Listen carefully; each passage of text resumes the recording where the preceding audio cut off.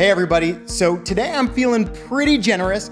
How many of you would like a gift today? Raise your hand if you'd like a gift. I can only give one away. I only have one present to give. How many of you would like it? Raise your hand. All right, here's how I'm gonna do this. One random person today is gonna get this gift.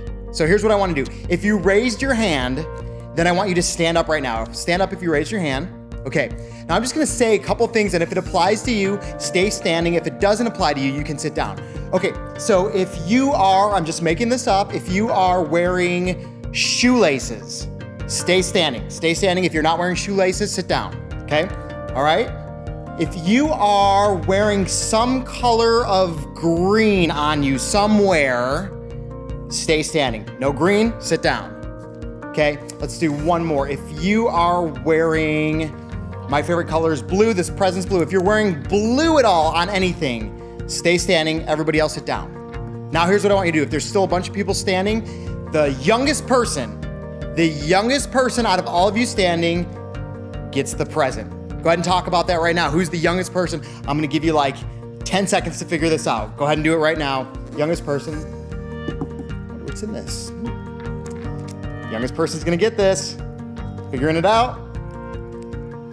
Okay. All right. The youngest person in the room who's wearing all those things that I said gets this present. You can go ahead and sit down. Everybody can sit down. All right, well, so actually, I'm not gonna be able to give you this present because I'm not there, but imagine that you got this present. Here's the thing about this present. You, the youngest person in the room, you didn't do anything to earn or deserve this present. I just randomly named some stuff off and you were the lucky winner. And the reason why I bring this up is today we're gonna be talking about grace. And I really wanna make it clear what grace is all about. Grace is getting something good that you don't deserve. So let's check out what this all has to do with in this week's episode of Not Quite Home.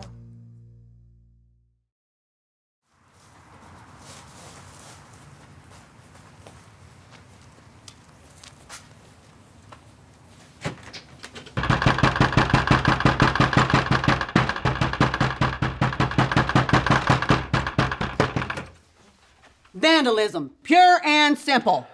Good morning. What can I do for you, Miss Forrest? My dog isn't a menace, he is. What are you talking about? He spray painted "Shut Up Dog" all over my driveway. My driveway! We'll get it cleaned up as soon as possible. You'd better. This kind of thing didn't happen until he moved in. You better kick him out before the cops bust down your door. I'm not gonna kick him out. He's my son now. Maybe if you got rid of that yapping dog instead. Shawn!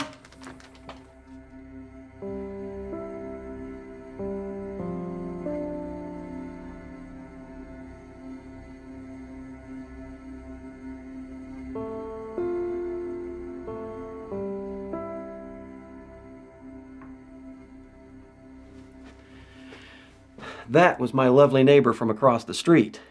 In the 15 years I've been living here, I've only ever heard from her when she's got a complaint about something. Do I even want to know what Shawn did? Well, my guess is he got fed up with that dumb dog of hers yapping through the night. He posted a complaint on her driveway with spray paint. Well, we've already taken the car keys because he broke curfew. And he's already grounded because of the call from the school. And all that's left is his phone and laptop. Yeah, that'd be like poking a rattlesnake. Whatever you decide to do, I'll back you 100%. Do you want to take the lead on this one? I thought we agreed, at least for the time being, that when it comes to discipline, you'd be the sheriff and I'd be the deputy. Look, just until he gets used to having a stepdad. Can I say it again? Say what? He's not usually this way. You don't have to say that. It's because we're here. It's because he thinks I remarried too soon. It's 1,000 things. I know, I get it. He's a great kid with a lot on his mind. Do you think that you could give that great kid a ride this morning? His punishment's going to make me late for work. Sure. My first appointment's not till 10. Okay, well, here we go.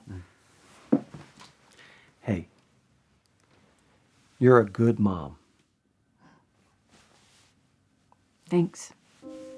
Shawn, I cannot believe that you would commit vandalism. Well, that's stupid dog. You don't act this You way. can't take my phone. Shawn, it's a privilege to have a phone. But how am I going to call anybody? your behavior doesn't deserve a phone. I hate this place. Shawn! Does he need help unpacking? I know. It's as if he doesn't like this place or something. Now if we only knew how he really felt.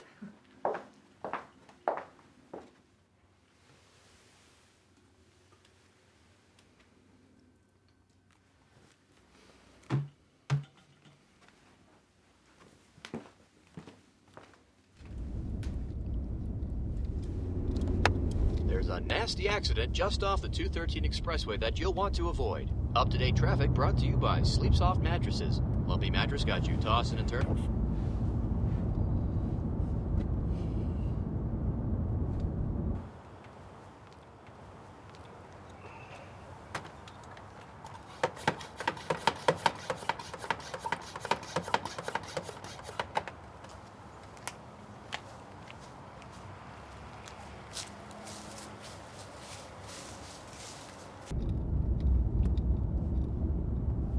How was school?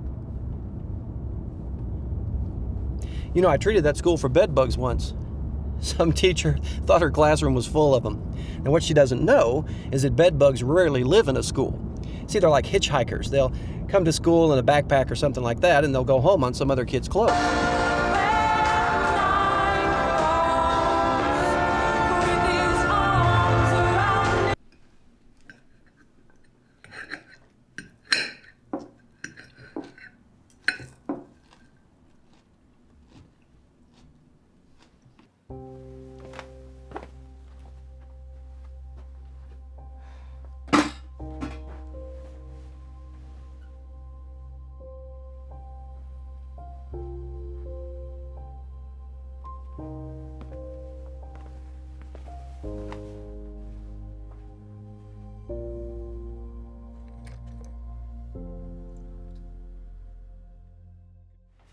Put them where I always do. Shawn, have you seen my keys?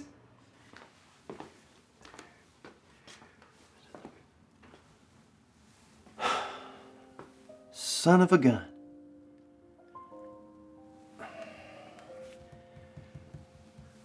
Yeah, and I apologize for that. I've got a few options we can try. That's what I was going to recommend. I'll come by tomorrow afternoon. Look, if there's any way I can make my appointment today, I'll be glad to come out and keep it, but I just don't... I understand, and I apologize for this unforeseen inconvenience. Look, I'd love to keep your business, so please let me know if there's any... Yes, sir.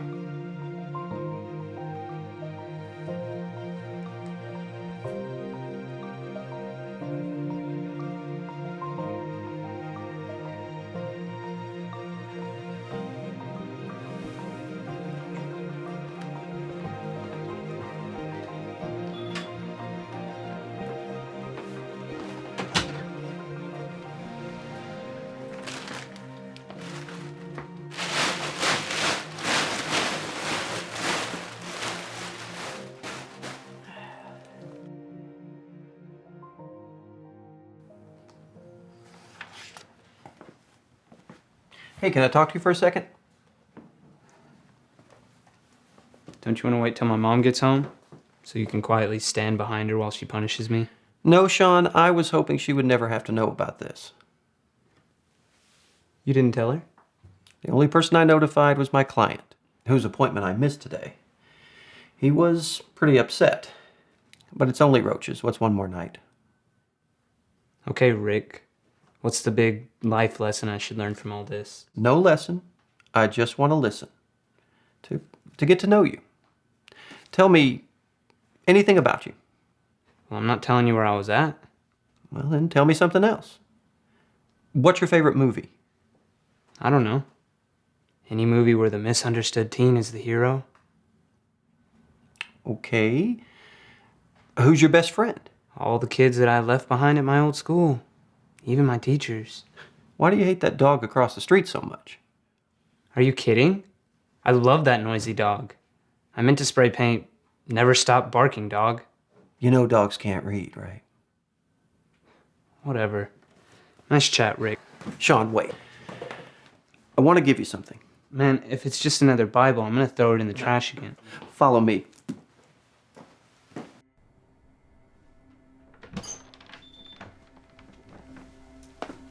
I've been meaning to come out here and dust this off for you. Today I had a little time on my hands.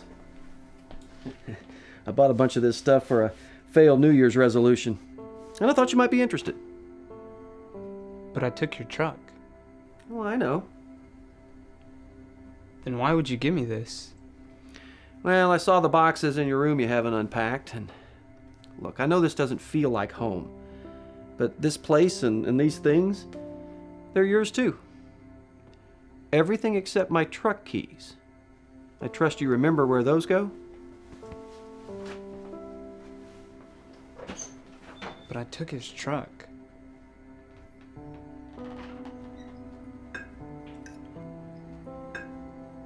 How was your day, Shawn? Okay. Good. Here, let me do that. I love you.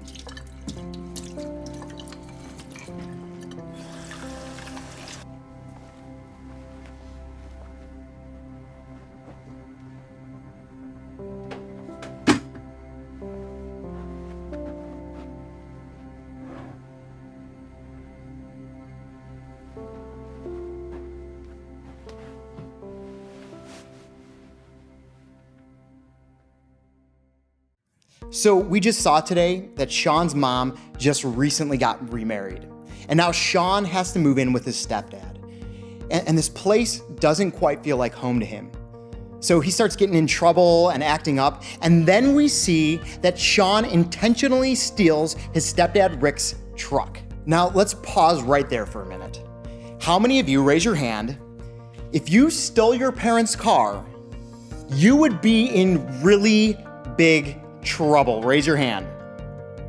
Yeah, I think most of us would be in so much trouble if we stole our parents' car.